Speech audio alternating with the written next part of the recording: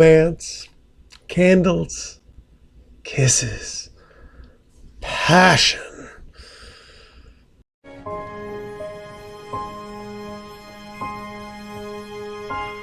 I love romance. Esper likes romance as a friend.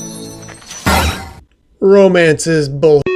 How is that the thing that got censored?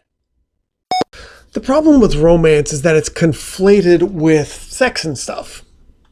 And I don't mean sex and stuff in, hand wavy like stuff fetishes sort of way. I mean it literally. Like stuff, material items. Romance is often about having a bunch of money getting thrown at it. Oh, babe. This is so romantic. So I blame Hollywood personally. They have this fiction of happily ever after where they just sort of hand wave over all of it as if just skipping that isn't skipping the best damn part. But it's also the part that takes the most work. See, it's easy to see two young, gorgeous people falling in love and having, oh no, complications.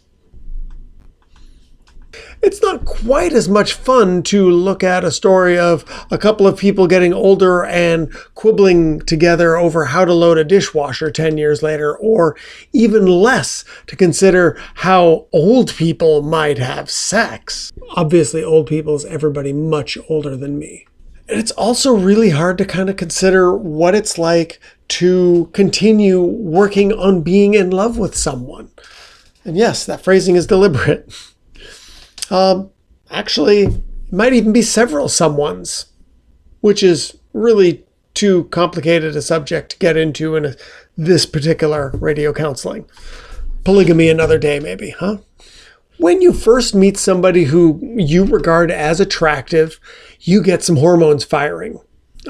When fortune smiles, that person's available and likes you too, and then those hormones really go hammering away together for a while as you two get together. In most cases, this leads to sex. Thing is, this is obviously not romance, but it's often made out to look like it. Dates, time together, and investment in a potential partner are oftentimes basically just part of that early dating process.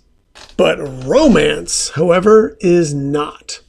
Romance is a developed thought pattern that is around the partner. It's a process that is inclusive of their needs and interests.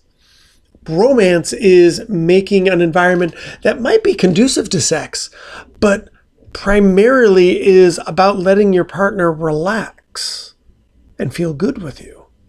You're absolutely right, of course. Definitely true. Yes, we all know that. Go on. For example, it is far more romantic to give your partner a long massage and then let them sleep rather than trying to follow up with something.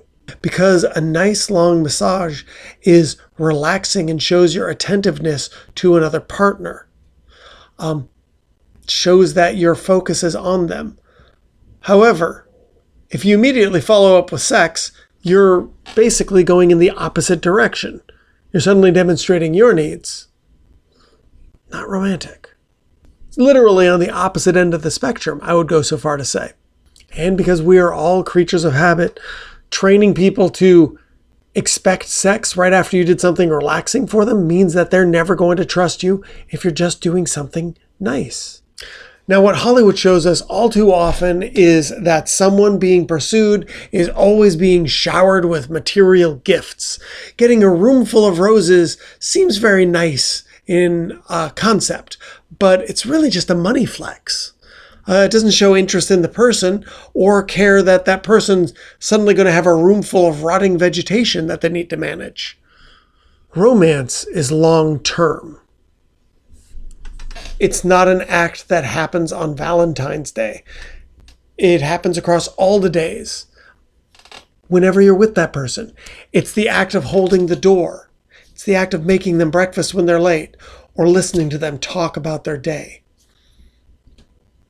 It's the act where, in a fight, you consider what's important to that person and measure it against your need to be right.